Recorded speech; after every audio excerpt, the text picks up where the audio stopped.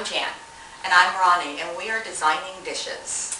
Today we're going to do something very special. People love a nice piece of prime beef. And it's not that difficult to make at all. And I think what's important is that we go through the whole process with you so that you can have a fantastic piece of meat for all your guests. Today we're using a piece of choice beef. Beef is regulated by the federal government. It comes in prime, which is a very small amount of meat. Most of that meat goes to restaurants, but they also have a lot of choice beef. The second one is choice, which I just told you, and the third is select, which is the least desirable of the three. This particular piece of choice has wonderful marbling. What is marbling? It's the fat distribution in the piece of meat. It's very important to have some of this as you're cooking this piece of beef because it helps with tenderness and it helps in distributing that flavor as it cooks from the inside all the way out. We have taken our roast out of the refrigerator about an hour ahead of time so that it can start coming to room temperature. And what we've had the butcher do for us is we've had him cut the meat away from the bones and then tie the bones back on. It's important that you retain those bones because they're going to give you a lot of flavor for the meat. And then we're going to make sure that our pan is the correct size. This one is actually a little large for this roast, but that's okay. That's not what we're talking about when we're talking about the size of the pan. We're talking about the height of the sides of the pan. We want a short, shallow pan because we want this meat to actually roast in the oven, not to steam. Higher sides will give us a steamed roast rather than a roasted roast. We want that kind of dry crispiness on the outside of the meat after it cooks. Now I have put this on a roasting rack. That's really not necessary though. If you don't have a rack, don't worry about it because all that happens is the meat just kind of cooks in its own juices, and that's really okay. Actually, I kind of like it cooked in its own juices. But that's up to you. If you have a rack, please use it, but don't worry about it if you don't. Now, for seasoning the meat, I prefer to use Montreal steak seasoning, and it's just a good quality combination. But you can use any real combination of seasonings that you have that you like. This roast weighs about 4 pounds, and a 4-pound roast will serve 4 to 6 people depending on the size of the appetite. And if you want to serve more than, say, 6 people, if you have 8 to 10 people, Jan and I recommend that you get 2 4-pound roasts rather than 1 8-pound roast. An 8-pound roast is going to cook for about 5.5 hours in the oven. The 4-pound roast is going to cook for about 2 to 2.5 hours in the oven. So you're going to save a lot of cooking time, you're going to save a lot of energy, and you have 4 end cuts then, and everybody likes an end cut. Just make sure that you get what you need, but remember that you are going to be spending a lot of time if you get a really big roast. You're going to spend a lot of time in the oven. We are cooking this roast by what's called a slow roasting method. And that's basically, we're going to start out the roast in a 425-degree oven. Then after 15 minutes, you reduce the temperature to 250. And it's going to cook for 2 to 2.5 hours at 250. And a general good rule to follow on roasting meat is it will take you about 25 to 35 minutes per pound depending on how well done you want the meat. Jan's got a lot of information about temperatures. I sure do. And believe it or not, most people do not want their meat well done. And why is that? Because it's an even brown color at that point, and some of those natural juices just don't go through the meat like it should. It's just, you need to keep it at either rare, medium rare, or medium. If you're going to cook it rare, that would be 125 degrees as it comes out of the oven, and we're going to be using an instant thermometer to show you that. Nice red juices when it comes out rare. If you want it medium rare, that will be 130 degrees, and it's going to be a nice pink color with pink juices coming out. And then if you want it medium, and a lot of people do like it medium, don't you think? 140 degrees, and that's going to be a nice pinkish color all the way through. Okay, we've just taking our rib roast out of the oven. We're going to check it with an instant read thermometer. It's important that you place the thermometer in the meat. Thank you, it's hot. From this position rather than this position. And that's important because you want to get to the center of the meat.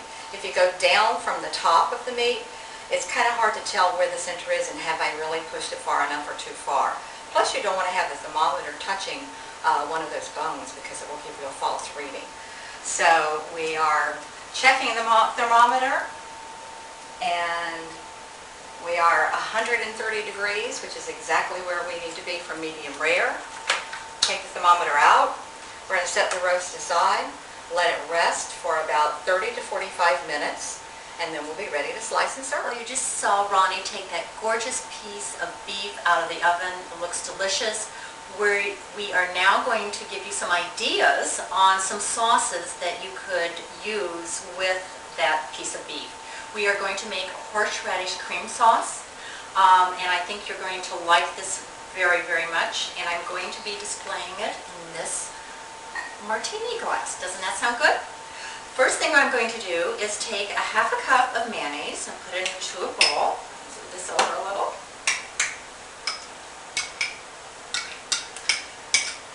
I used regular mayonnaise. I did not skimp on that at all. Next thing I'm going to do is put in, I think it's a quarter cup of heavy cream. Now, if you want to use a lighter cream, you may. If you want something a little bit lighter, you could use milk.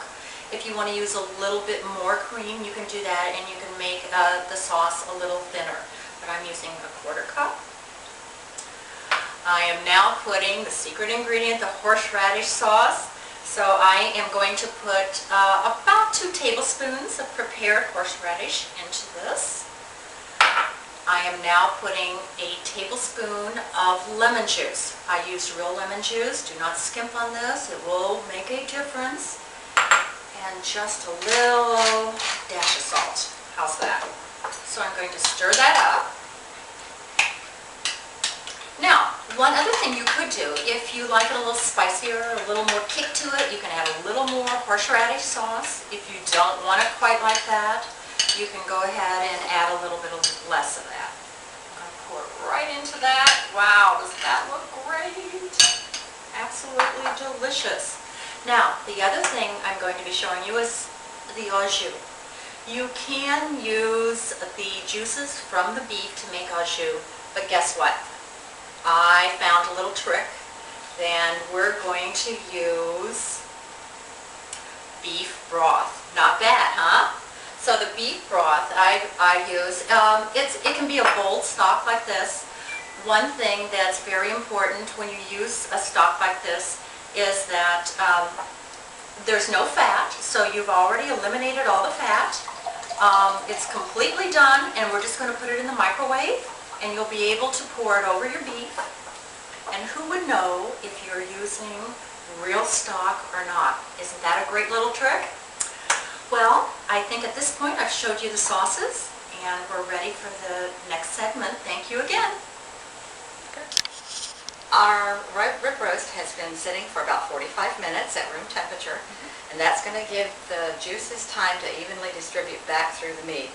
If you take the meat out of the oven and cut it immediately, what happens is the juice that's in the meat will just run everywhere because the molecules in the meat are bouncing around all over the place. And when that happens, the juice runs out. Those molecules actually squeeze the juice right out of the meat. So you need to let it rest so that it will continue to cook a little bit, do that residual cooking it's called, and also so that the juices will be reabsorbed back into the meat. So now we're cutting the strings off that the butcher put on here, and we're going to take the strings off. We're going to remove the meat from the bone.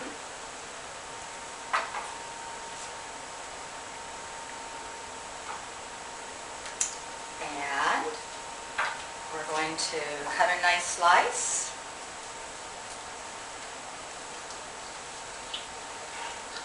One of the things that you're going to notice when we cut this meat is we're expecting it to be kind of medium rare. And notice that color in the meat is the same on the outside and the inside. That's because we use that slow roasting method. If we had used a more typical roasting method, which would be maybe around 350 degrees, then the outside of the meat would be rather brown and the inside would be the temperature that you wanted it. So this is going to give you that nice restaurant look that you get when you go out to dinner and get prime rib, because the meat is evenly cooked from the inside to the outside. It looks delicious, Ronnie. Well, listen, thank you again for joining us for the Designing Dishes, and see you next time. Bye.